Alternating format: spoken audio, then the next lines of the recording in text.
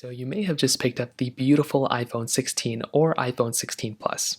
And I'll go and give you a quick breakdown on exactly how to use this particular iPhone. It's a beautiful device, whether you have the Plus or the standard model. They're both very good. They're going to last you many, many years to come. So it's probably good if you go ahead and actually understand how to use it now rather than later. So on the front side, you're going to be getting your display. It's going to look beautiful. The first thing I'd recommend doing is putting a screen protector and a case on your phone.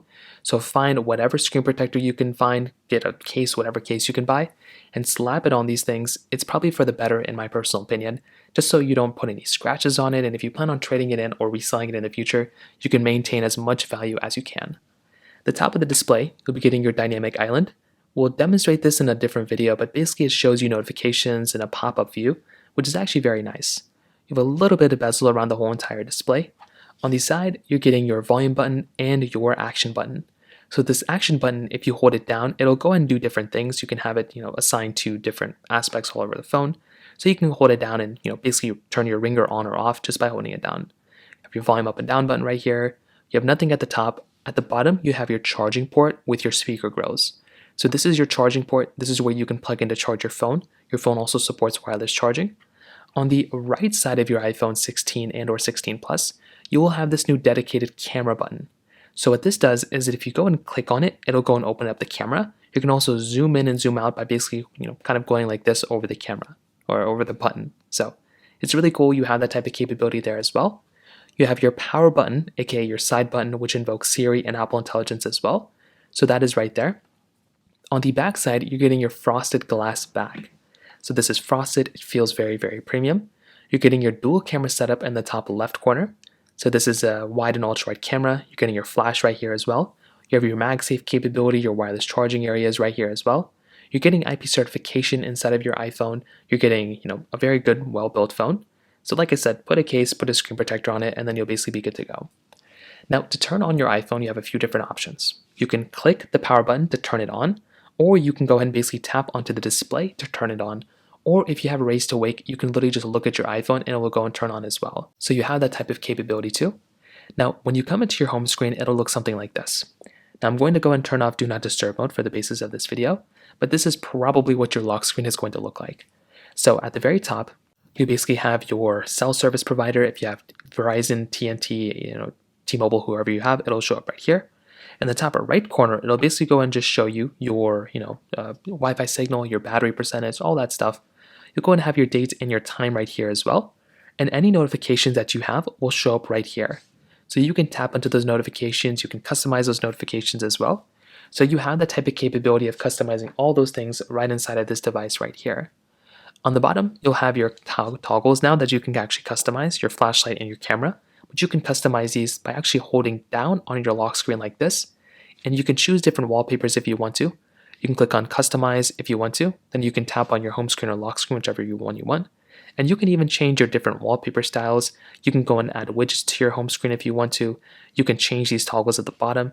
There's a lot of capability here, so it's all customizable. I recommend you to just kind of get fun with it, have some fun with it, and customize your lock screen. So you can click on Done in the top right corner. You can click onto your home screen here, and you can drag this bar from the bottom up to get into your home screen.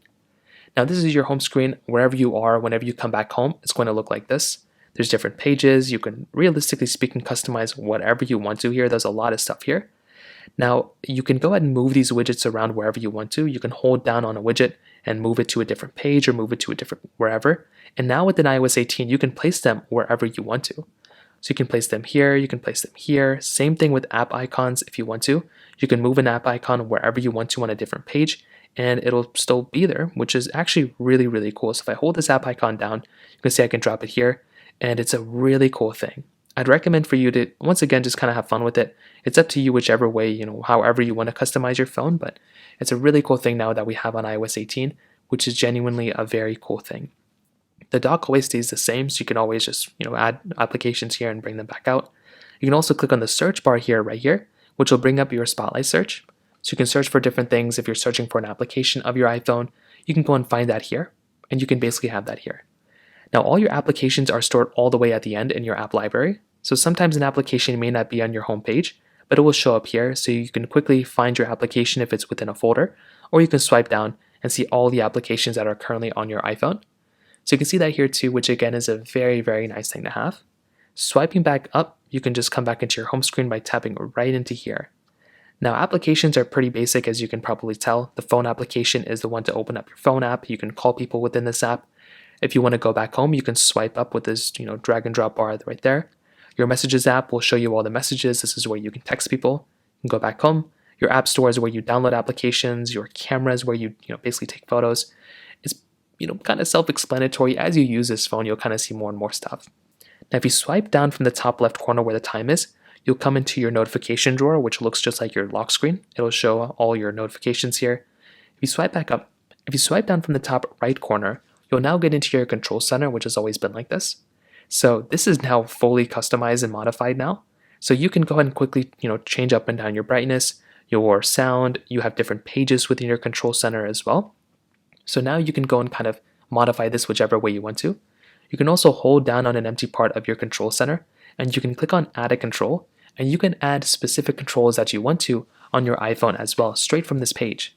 So if you want to add a particular specific one, let's say you want a personal hotspot toggle, you can go and tap onto that personal hotspot toggle and have it right there. So it is really cool. You can customize these and make them bigger or smaller depending on what you want to do. But the world is your oyster now. You can go and kind of mess around with this whichever way you want to. There's an endless amount of possibilities you can kind of customize here too. So once again, I'd recommend just kind of going through and kind of messing around with this. If you want to power down your phone, you have a couple different options too. Now in the control center, you can hold down on that power button right up here. So I'm going to try it again. You can hold down on that power button right up there and slide a power off, and you can power down your iPhone using that. Click and cancel, you can come back over here. Now, Safari is a basic application. It's your web browser. But beyond this app, if you're in an application, and if you want to, let's say, go into a previous application, well, let's say we go into settings and we want to go back into Safari. Well, instead of hopping out of an app and then going back into here, then hopping out of this one, going back into here, you can actually just drag this bar at the bottom back to the other application right here, and you can come back into the previous page. So you can kind of go back and forth between all the applications you've been in. So these are the applications you've opened, not the applications on your home screen necessarily. And you can kind of do this instead of having to constantly go up and find the other one.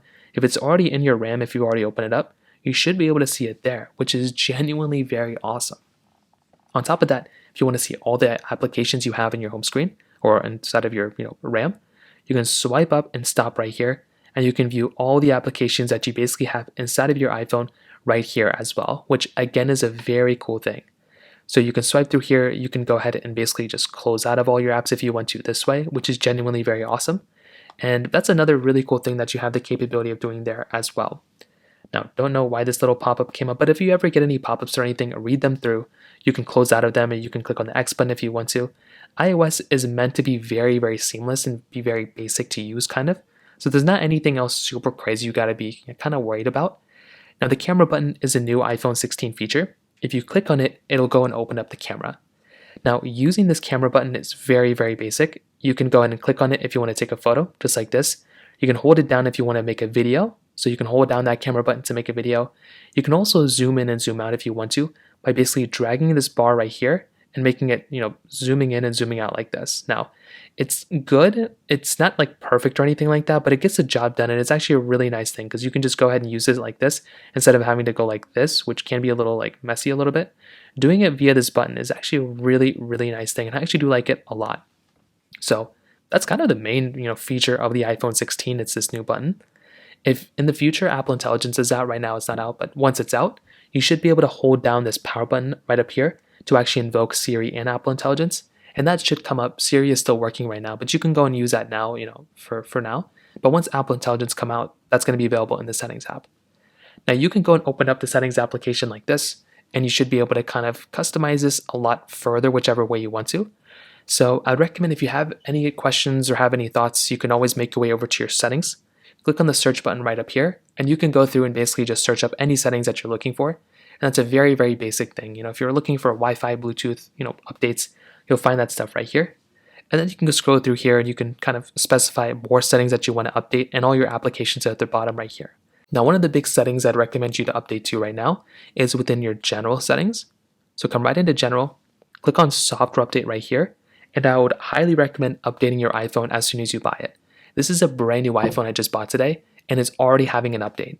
So I would recommend all of you to go ahead and click on update now for your iPhone, whichever iPhone it is, and update your iPhone to the latest version, especially if it's an iPhone 16.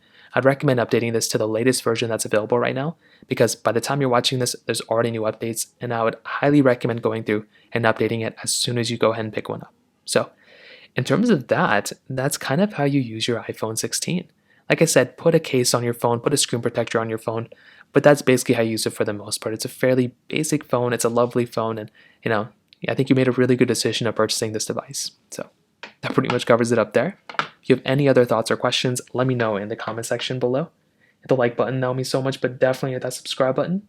More importantly than everything else, I love every single one of you guys. Hopefully I'll catch you guys in the next video.